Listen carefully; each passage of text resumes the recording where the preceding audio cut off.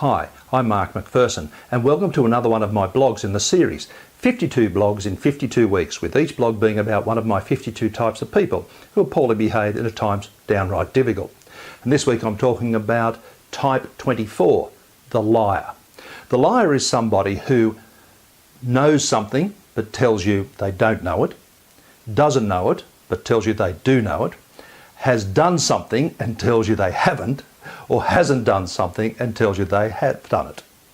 So there is another person in this we could include, and that's the person who says they're going to do something but they don't end up doing it.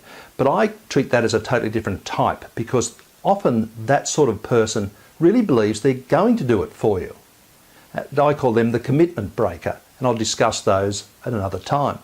So let's just stick with those firstly, the people who know something and tell you they don't, or vice versa, someone who has done something but tells you they haven't done it, or vice versa.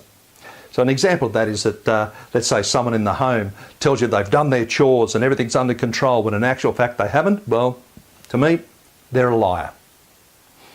It's a harsh word, I get that, but I think that's the truth. They're being dishonest, they are lying to you.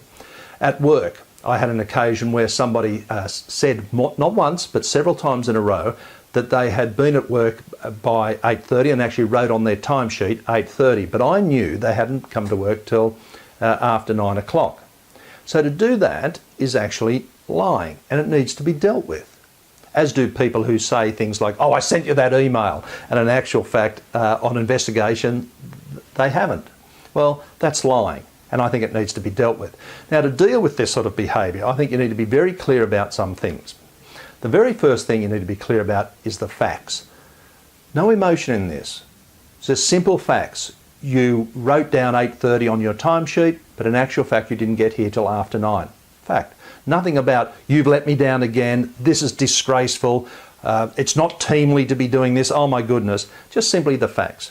You need to also be very clear about what is the problem with that. What is the problem with telling a lie in that fashion? You need to be very clear also about what you want from that person in the future and why that will be a good thing. And you also need to be very clear about what the rewards are, if there are any, for abiding by your wishes and doing the right thing, and what might be the penalties or punishments for doing the wrong thing. Now, I think these people, when they are lying, need to be confronted.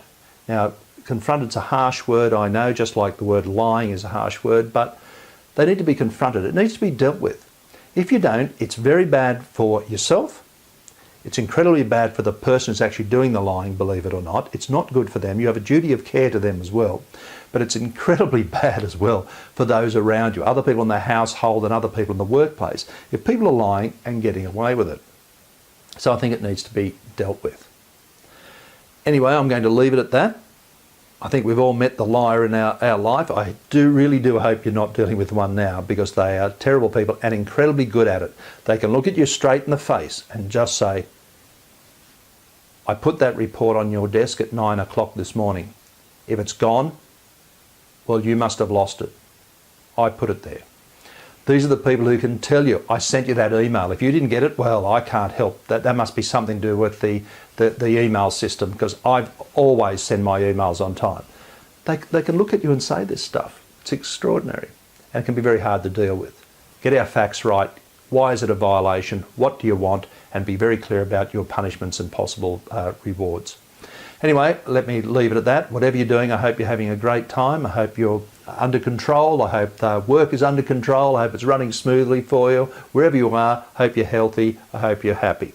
Now, if you want to discuss any of this material at all, please go right ahead.